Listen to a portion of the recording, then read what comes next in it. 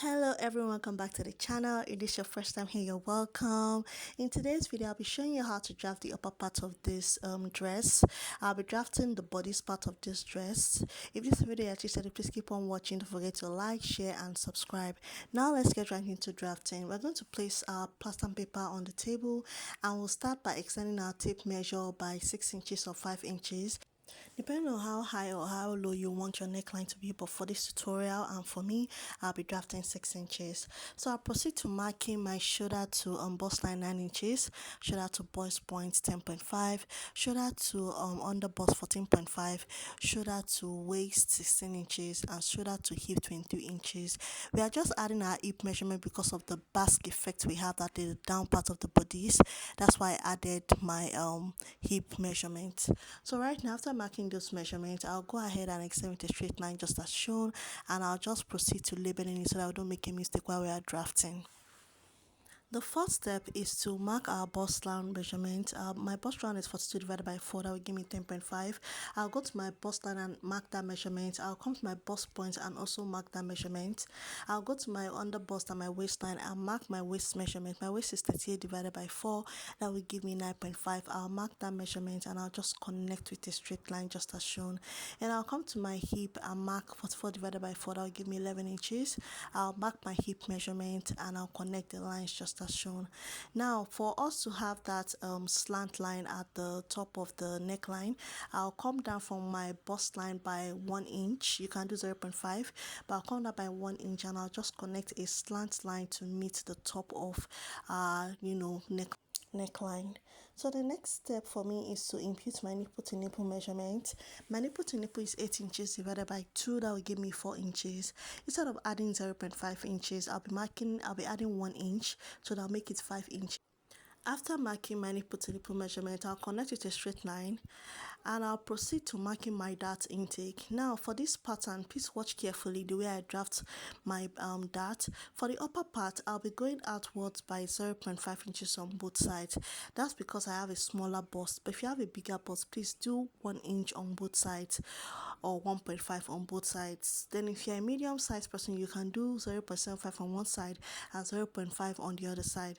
While for my hem and for my waistline, I went outwards by 1 inch on both sides for the dart. If you draft your dart like this, the outfit will come out really looking perfect on you.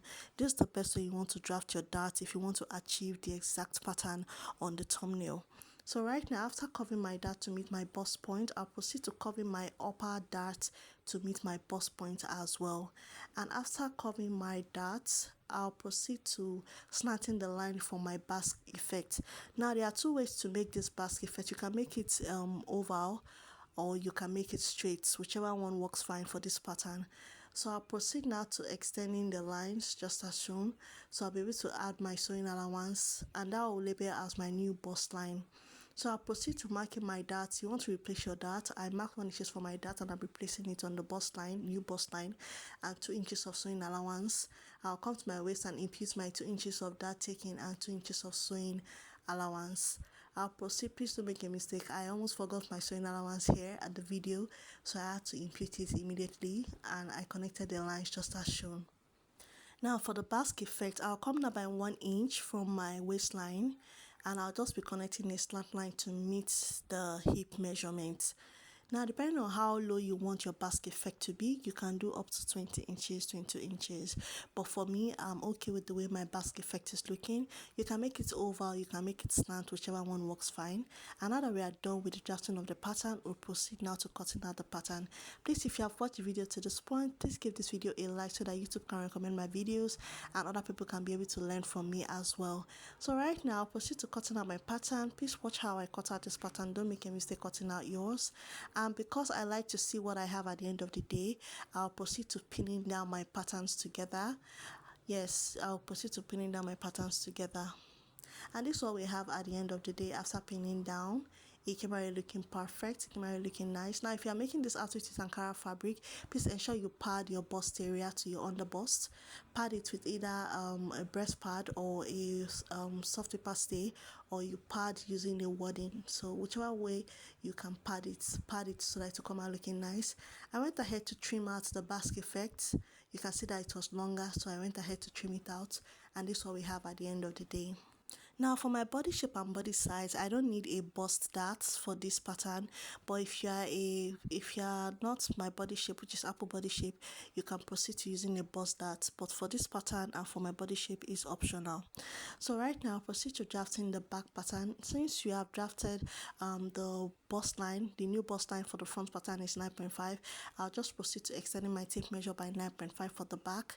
That's where I want my back to be to start from. So I'll proceed now to marking that measurement, and I'll proceed to marking 1 inch for my zipper allowance. I went ahead to stop my markings directly on my waistline, and I added 1 inch since that's what we did at the front pattern. So right now, and that will make it 17 inches that I drafted for the back pattern. So after that, I proceeded to marking my bust round measurement. I repeated my bust round and my waist measurement, and I added 2 inches of sewing allowance to the back pattern. But I came to my waistline and I added 1.5 inches for my back pattern because I want it snatched and I want it very, very tight.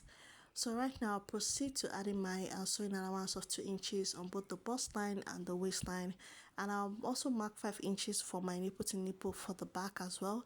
And I'll be using a basic dart for my back pattern. You can do a corset loop for the back if you want, it's optional, but for this pattern we'll be using a normal dart for the back pattern. So after I marked 0.5 inches on both sides for my dart, you can do 1 inch, whichever one works fine. So I'll proceed to replacing my dart of 1 inch, and I'll just blend the lines to meet the bust line. You want to go ahead and draft your pattern like this. It will come out really looking nice, because after you take in your darts, you have you don't want to be short of fabric when you're joining your seams together. So for the waist, I'll come in by 0.5 inches. This is to avoid zipper bulge and to make your back looking very straight and nice. I love the back of my outfit to look very nice. That's why I proceed to doing this step after I'm done drafting my pattern. So I'll just put in the dart area so that you can see how the back pattern would look like. This is what you want to have at the end of the day. Camera looking nice. And for that, you have come to the end of this tutorial. I hope you're able to learn 1 or 2 things. Until I come your way again, bye.